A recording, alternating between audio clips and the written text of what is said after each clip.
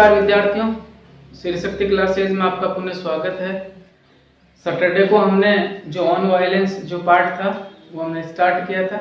उसमें से एक पैराग्राफ पढ़ लिया था कि जो वायलेंस है वो कितने प्रकार के होते हैं। 2 प्रकार के होते हैं। फिर उनकी जो डेफिनेशन है, कैरेक्टरिस्टिक्स है, वो पढ़ ली थी।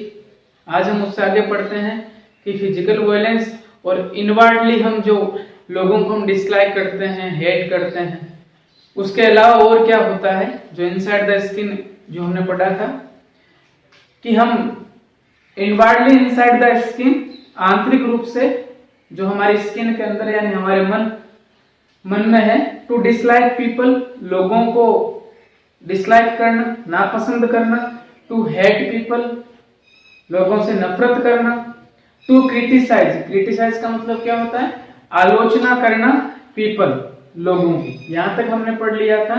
दोनों जो वायलेंस थे दोनों के हमने डेफिनेशन, कैरेक्टरिस्टिक्स पढ़ ली थी। उसके बाद आज पढ़ रहे हैं एंड इनवर्डली, कि मानसिक रूप से, आंतरिक रूप से हम क्या करते हैं। We are always quarrelling, quarrel का मतलब होता है लड़ाई करना, बैटलिंग यानी क्वेरलिंग का मतलब ऐसे झगड़ा, बैटलिंग का मतलब लड़ना, यानी कि हम जो मानसिक रूप से, आंतरिक रूप से हम क्या करते हैं, वी आर ऑलवेज, हम हमेशा ही क्या करते हैं।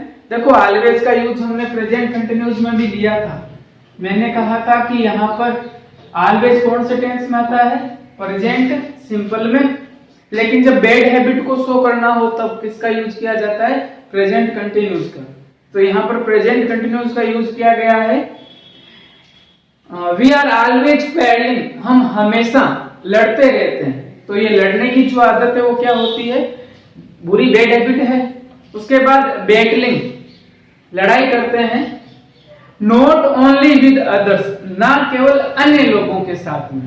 तो देखो मानसिक रूप से जो बात है, जो वायलेंस है, हिंसा है, मानसिक हिंसा, वो हम लोगों के साथ में तो करते ही हैं, क्योंकि हम लोगों को नापसंद करते हैं, लोगों से हम नफरत करते हैं, बल्कि हम लोगों की क्रिटिसाइज भी करते हैं। बल्कि क्या होता है कि इसके अलावा भी और होता है कि हम अपने आप से भी लड़ते रहते हैं। लिखा हुआ नॉट ओनली विद अदर्स, कि न केवल अन्य लोगों के साथ, बट विद आवरसेल्व्स, बल्कि हम हमारे साथ में भी लड़ते रहते हैं। यानी हम अपने आप से भी लड़ते हैं। जब कोई गलत हो जाता है हम सिर पीटते हैं, है ना, खुद पर गुस्सा करते हैं, तो वो भी एक इनवर्ड वायलेंस में आता है। और हम क्या चाहते हैं, क्योंकि हमारी जो सोच है, सबकी सोच ऐसी रहती है कि जैसा मैं सोचूं वैसा ही दुनिया करे, और ये मुमकिन नहीं है। लिखा हुआ वी वांट पीपल, हम चाहते हैं, पीपल है लोगों से, टू चेंज, परिवर्तन, कि हम लोगों में क्या चाहते हैं, परिवर्तन चाहते हैं।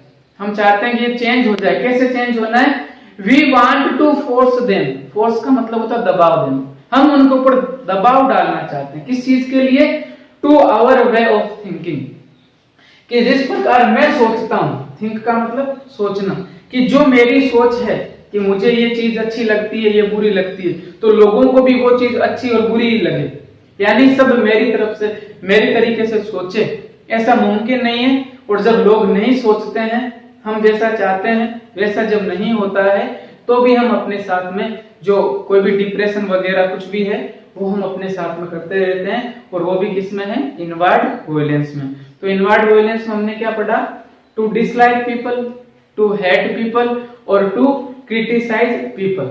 उसके बाद में वी वांट, हम लोगों से क्या चाहते हैं कि वी आर ऑलवेज क्वेरलिंग, हम हमेशा ही झगड़ते रहते हैं, बैटलिंग, लड़ते रहते हैं। नॉट ओनली विद अदर्स, ना केवल अन्यों के साथ में, बट आल्सो विद आवरसेल्व्स, हम अपने साथ में भी लड़ते रहते हैं। हम क्या सोचते हैं, हमारी थिंकिंग क्या है, we want people to change, हम लोगों में परिवर्तन लाना चाहते हैं। We want to force them, हम उनके ऊपर दबाव डालते हैं। किसके लिए, to our way of thinking, कि हम जिस तरीके से सोचते हैं उस प्रकार आप भी सोचो। तो ये इंपॉर्टेंट है, आपको पूछा जा सकती है कि जो फिजिकल वायलेंस क्या होता है। फिजिकल वायलेंस हमने पढ़ लिया था सैटरडे को, टू किल अनदर, है ना। उसके बाद में इनवर्ड वायलेंस क्या होता है, हम मानसिक रूप से अपने साथ में भी इनवर्ड जो वायलेंस है वो करते रहते हैं, उसके बारे में है।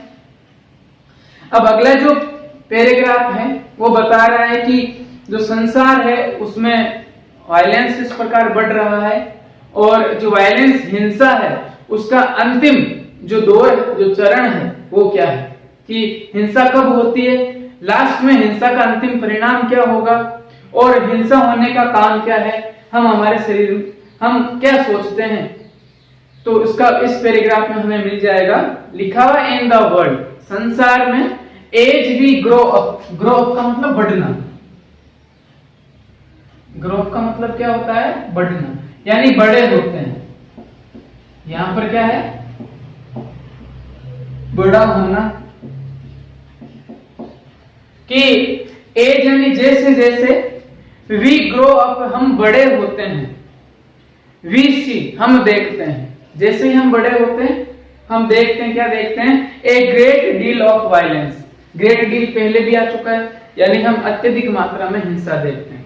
तो कहने का मतलब है हिंसा का भी जो चरण होता है वो उम्र के साथ बढ़ता जाता है। छोटे बच्चों को कम नॉलेज होता है कि ये हिंसा है या क्या है, छोटे बच्चों के साथ करते हैं तो उसे पता भी नहीं कि इसको हिंसा कहा जाता है, लेकिन जैसे जैसे वो समझदार बनेगा उसे जो संसार है, ये जो वर्ल्ड है, उसके हर लेवल पर हिंसा दिखाई देगी। तो कहा हुआ है एज वी ग्रो अप, जैसे जैसे हम बढ़ते हैं, वी सी हम देखते हैं, a great deal of violence, जो अत्यधिक मात्रा में हम हिंसा देखते हैं। कहां पर देखते हैं, आंसर है एट ऑल लेवल, सभी चरणों पर। लेवल का मतलब क्या होता है, चरण, किसके, ऑफ ह्यूमन एग्जिस्टेंस। ह्यूमन यानी मानवीय एग्जिस्टेंस का मतलब होता है अस्तित्व। एग्जिस्टेंस का मतलब क्या होता है, अस्तित्व, कि जहां जहां मानव का अस्तित्व है, जहां जहां मानव पाया जाता है, उस मानव के हर लेवल पर हम हिंसा देखेंगे। जहां पर भी मानव है वहां पर हमें हिंसा दिखाई देगी। बात समझ में आई होगी कि हम संसार में जैसे जैसे बड़े होते हैं हम अत्यधिक मात्रा में हिंसा देखते हैं। कहां देखते हैं, all levels of human existence, जहां पर भी मानव का अस्तित्व है वहां पर हमें हिंसा दिखाई देगी। अब यहां से एक प्रश्न पूछा जाएगा, व्हाट इज अल्टीमेट वायलेंस, कि अंतिम हिंसा क्या है और ये हिंसा क्यों होती है। तो लिखा हुआ है द अल्टीमेट वायलेंस इज वार, कि अंतिम हिंसा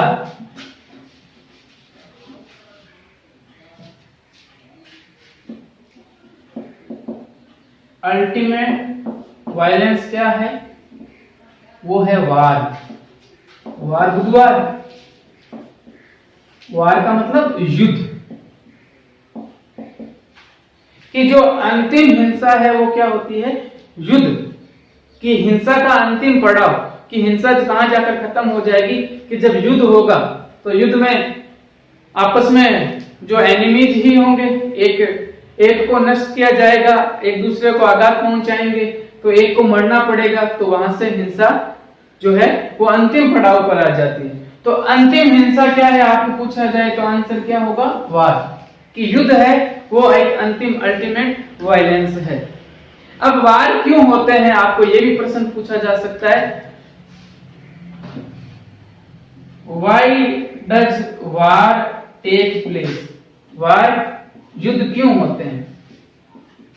घर पर बैठे बैठे तो होंगे नहीं, कोई रीजन होता है, उस रीजन के कारण क्या होते हैं, युद्ध होते हैं। तो बताया हुआ है कि द अल्टीमेट वायलेंस इज वार, कि अंतिम हिंसा क्या है, वार है, जो और द किलिंग फॉर आइडियाज। अब युद्ध होने के अन्य कई सारे कारण हैं, उनमें से पहला कारण है किलिंग फॉर आइडियाज।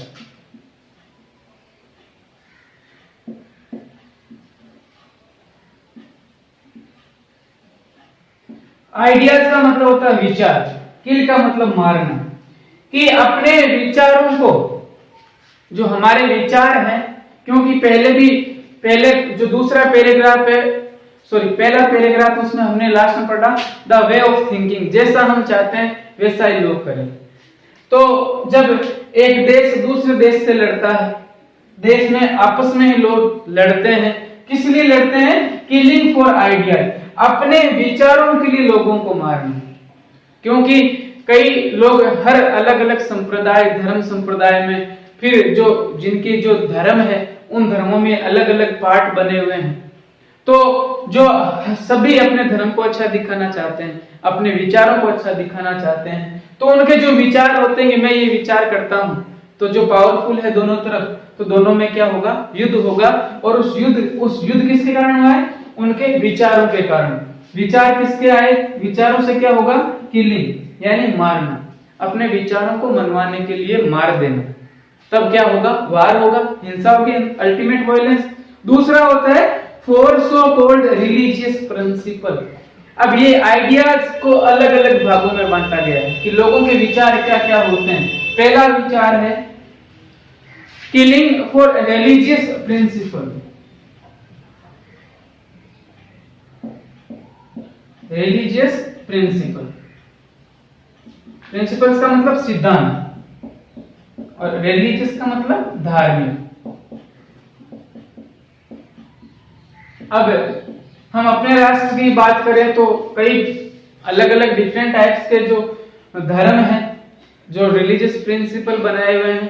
तो कोई चाहता है कि किसी भी धर्म का है वो दूसरे धर्म वाले को अपने धर्म में मिलाना चाहे, तो वो उनके विचार हैं, उन विचारों को जब वो सौंपते हैं तो रिलीजियस प्रिंसिपल यानी अपने धार्मिक विचारों के लिए, मैंने किसी दूसरे धर्म की बुराई कर दी, उन्हें अच्छा नहीं लगा कि हमारे विचारों से सहमत नहीं, तो युद्ध हो सकता है। तो पहला कारण है रिलीजियस प्रिंसिपल, अपने धर्म के जो भी सिद्धांत है, उन सिद्धांत जो विचार हैं, आइडियाज हैं, उनको मनवाने के लिए। जब नहीं मानेंगे तो क्या होगा, युद्ध होगा। दूसरा कारण है फॉर नेशनलिटीज।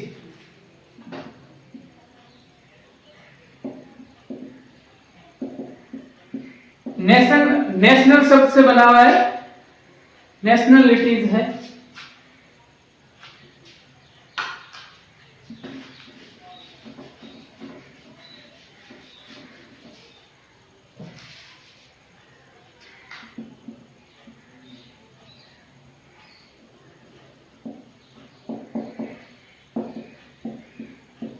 नेशनलिटीज का मतलब होता है राष्ट्रीयता। क्या मतलब होता है, राष्ट्रीयता, यानी हमारा देश भारत है, अब दूसरा मान लो पाकिस्तान है, कोई दूसरा अदर कंट्री है, उनमें राष्ट्रों से संबंधित एक देश से दूसरे देश की नहीं बनती है, उनमें पारस्परिक दोस्ती नहीं है, तो वो अपने विचारों को मनवाने के लिए, या फिर दूसरे देश में अलग विचारों के लोग रहते हैं, वो अपने विचारों को आगे बढ़ाना चाहते हैं, लेकिन यहाँ के नहीं मान रहे हैं, तो आपस में दोनों देश क्या करेंगे, वार करेंगे, अल्टीमेट वायलेंस होगा। तो दूसरा कारण है नेशनलिटीज, राष्ट्रीयता के कारण भी क्या होता है, युद्ध होता है। जैसे भारत और पाकिस्तान, चाइना वगैरह, जो भी जिन देशों से हमारी, यानी अपने विचारों को रखने के लिए, आइडियाज को रखने के लिए। तीसरा है द किलिंग, मारना, टू प्रिजर्व का मतलब होता है संरक्षण करना, सुरक्षित करना, संरक्षण करना। To the killing to preserve a little piece of land.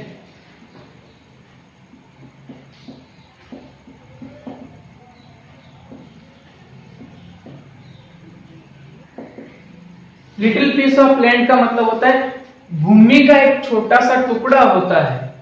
जैसे कई हर जगह हम देखते हैं कि जमीन के लिए क्या होती है, लड़ाइयां होती है, भाई आपस में एक दूसरे के दुश्मन बन जाते हैं। तो ये भी एक अंतिम हिंसा ही है, यानी अलग अलग आइडियाज हैं जिनके कारण होता है। हम एक धरती के छोटे से टुकड़े के लिए भी हम लोगों से युद्ध कर बैठते हैं, हम उनसे लड़ते हैं। पहले राजा महाराजाओं के समय, उस समय पहले क्या होता था, धरती के टुकड़ों के लिए ही तो, अधिकार करने के लिए ये युद्ध होते थे। तो तीसरा बताया to preserve the little piece of land, एक भूमि के छोटे से टुकड़े को प्रिजर्व करने के लिए, संरक्षित करने के लिए भी क्या होता था, जो होते हैं युद्ध होते हैं।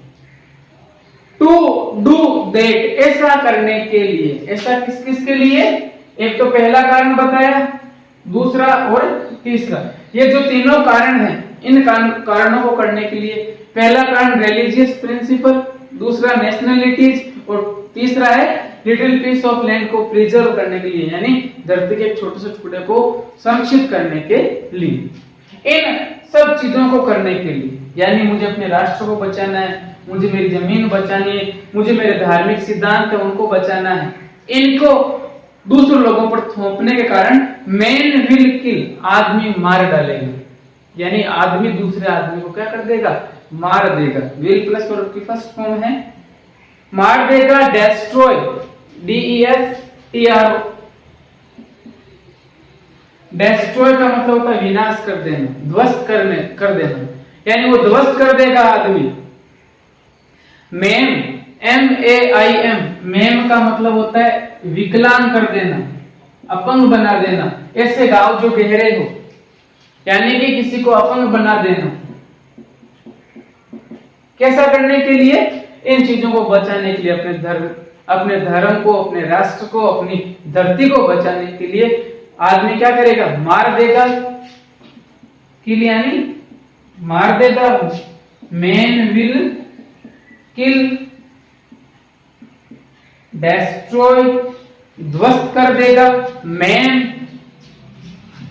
यानी बहुत गहरे घाव देगा यानी अपंग बना देगा, एंड और आल्सो बी किल्ड हिमसेल्फ, कभी कभी तो ऐसा भी होता है कि वह अपने आप को ही मार डालेगा। हिमसेल्फ यानी स्वयं को, रिफ्लेक्सिव प्रोनाउन है, स्वयं को मार डालेगा।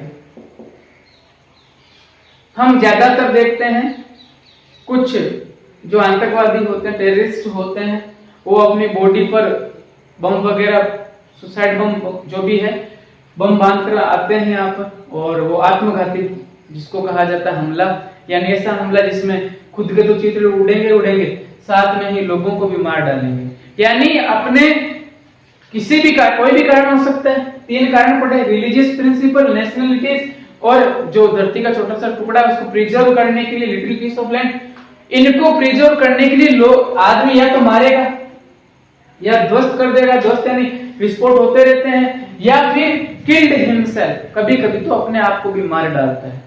यानी कि हम आत्मघाती जो विस्फोट करते हैं, कुछ आतंकवादी जब आते हैं अपने बॉडी पर ही बम वगैरह बांध कर आ जाते हैं, यानी इन्हीं कारणों के लिए वो आते हैं। बात समझ में आई होगी, ये हिंसा का ही दौर है।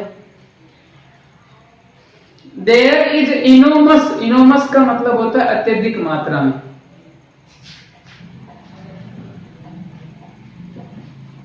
इनोमस का मतलब क्या होता है, अत्यधिक मात्रा में। देखो सभी सिनोनिम्स हैं वो आपको लास्ट में लिखवाए जाएंगे, जो 5 पार्ट हो जाते हैं उसके बाद मैं सिनोनिम्स लिखवाता हूँ कि ये वाले जो सिनोनिम्स हैं ऐसे याद करना है इनको, और आपको जो ग्लोसरी है किताब के पीछे, बुक के पीछे, वो आपको पढ़नी है। सिनोनिम्स बाद में मैं और करवाऊंगा, पहले आपको ये जो वोकेबुलरी जो मीनिंग्स है वो याद करनी है। देयर इज इनोमस, इनोमस का मतलब होता है अत्यधिक मात्रा में, वॉयलेंस इन द वर्ल्ड, इस धरती पर, इस संसार में अत्यधिक मात्रा में क्या है, हिंसा है। अब देखो अमीर आदमियों के क्या विचार होते हैं, और जो गरीब व्यक्ति होते हैं, जो गरीब आदमी होते हैं, उनके क्या विचार होते हैं। तो अमीर चाहता है, द रिच वांटिंग, अमीर चाहते हैं टू कीप पीपल पुअर, लोगों को गरीब रखना। अमीर व्यक्ति यह सोचता है कि मैं ही अमीर रहूं, बाकी लोग क्या रहें, जो गरीब आदमी वो हमेशा ही गरीब रहे। एंड द पुअर वांटिंग, तो गरीब भी कुछ चाहेगा, गरीब क्या चाहेगा, टू गेट रिच, अमीर होना। गरीब आदमी चाहेगा कि मैं अमीर बन जाऊं, अमीर चाहता है कि गरीब ही रहे। एंड इन द प्रोसेस, और इसी प्रक्रिया में, कौन सी प्रक्रिया, अमीर चाहता है कि आदमी गरीब ही रहे, मैं ही अमीर बनूं, और गरीब चाहता है कि मैं भी अमीर बन जाऊं, ये जो पुअर आदमी है वो अमीर ना बने। इसी प्रक्रिया में हेटिंग द रिच, पुअर आदमी जो है, गरीब व्यक्ति है, वो किससे हेट करेंगे, अमीर आदमियों से घृणा करेंगे। यानी उनकी सोच रहेगी कि इनसे, ये हमारे लायक नहीं है, हम इनके लायक नहीं हैं। तो इस प्रक्रिया में हम उनसे, जो भी गरीब आदमी है, अमीर आदमी, आपस में एक दूसरे से क्या करेंगे, घृणा करेंगे। एंड यू, अब ये हमें संबोधित करके कह रहे हैं, कृष्णा मूर्ति जी है वो हमें कह रहे हैं, और आप being caught in society, caught in का मतलब होता है जकड़ लेना, यानी आप भी इस सोसाइटी में, इस समाज में क्या हो जाओगे, जकड़ लिए जाओगे। ये जो प्रक्रिया चल रही है ना नफरत करने की, अमीर गरीब से, गरीब अमीर से, ये जो प्रक्रिया चल रही है, आप अमीर हैं चाहे गरीब हैं, इस प्रक्रिया में क्या होगा, आप भी and you being caught in society, इस सोसाइटी में जकड़ लिए जाओगे, इस प्रक्रिया में जकड़ लिए जाओगे। Are also going to contribute, contribute का मतलब होता है सहयोग करना।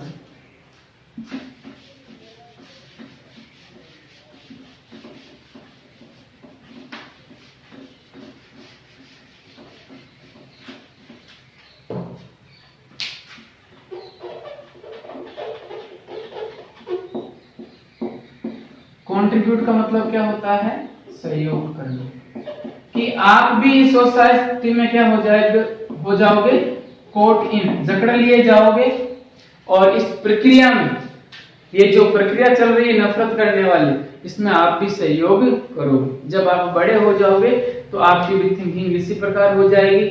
आप अमीर हो तो आप ये सोचोगे कि लोग गरीब हैं, और आप गरीब हो तो आप चाहोगे कि हम भी अमीर बन जाए। इस प्रक्रिया में हम लोगों से नफरत करना शुरू कर देंगे, और जब नफरत करेंगे, उनके विरुद्ध विरोधाभास रखेंगे, उनके प्रति हम गुस्सा दिखाएंगे, तो ये सब किसकी श्रेणी में आएंगे, वायलेंस की श्रेणी में आएंगे, ये सब के सब हिंसा में गिने जाएंगे। तो यहाँ तक ये बात समझ में आई होगी।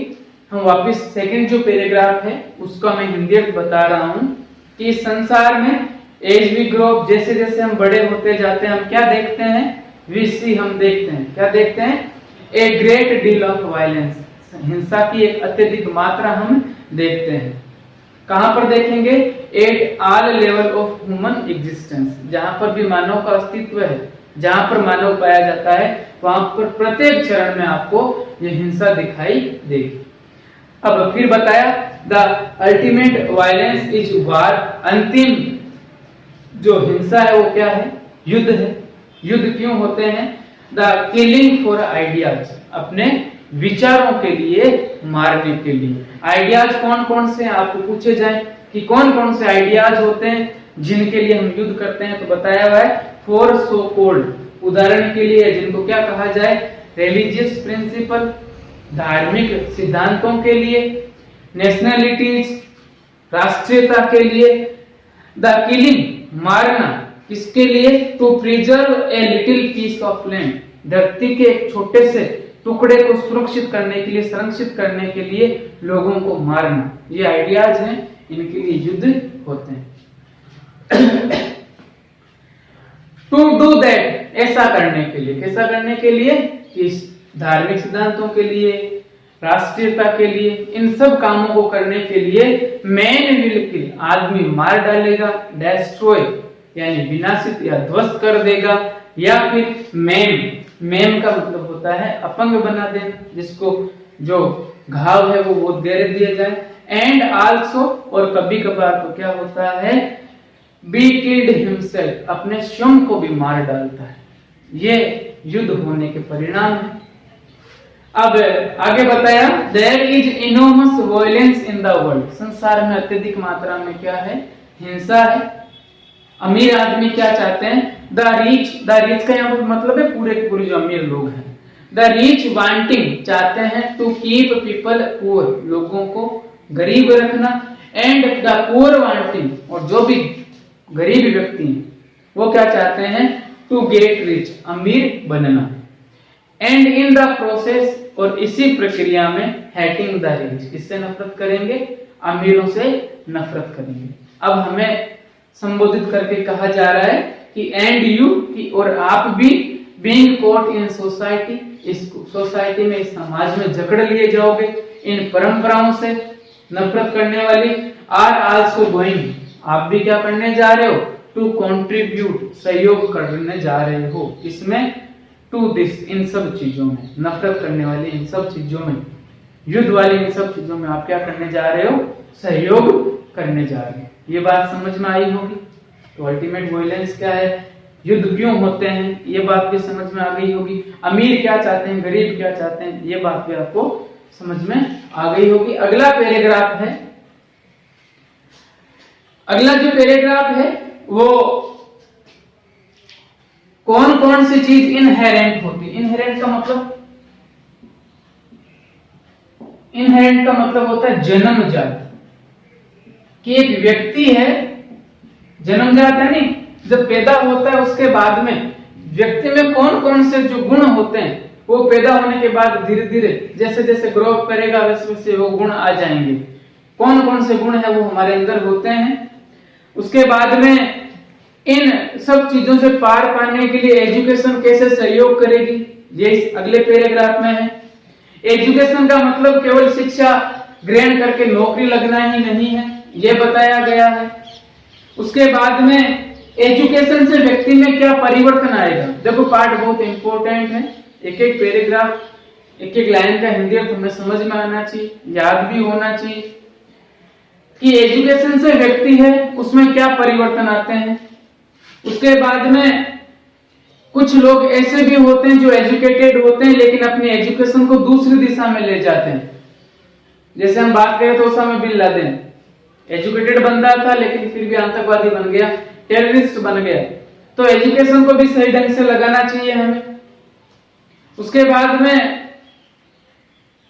हमें लास्ट में चेताया जा रहा है कि आपने ये 10th क्लास में इस पैराग्राफ में इस पैसेज में आपने पढ़ लिया लेकिन फिर आप भी धीरे धीरे इन बातों को भूल जाओगे और वापस उसी कड़ी में आ जाओगे जो कड़ी पहले की बनी हुई है, हिंसा वाली। तो फिर एक नए वर्ल्ड की, एक नए संसार की रचना नहीं हो पाएगी। जब तक नए संसार की रचना नहीं होगी तब तक हिंसा हर जगह रहेगी, क्योंकि नया संसार, नई जो कल्चर बनेगी उसमें हिंसा को हमें स्थान नहीं देना है। तो ये चीजें अब हम अगले पैराग्राफ में कल पढ़ेंगे। तो आज के लिए बस इतना ही, धन्यवाद।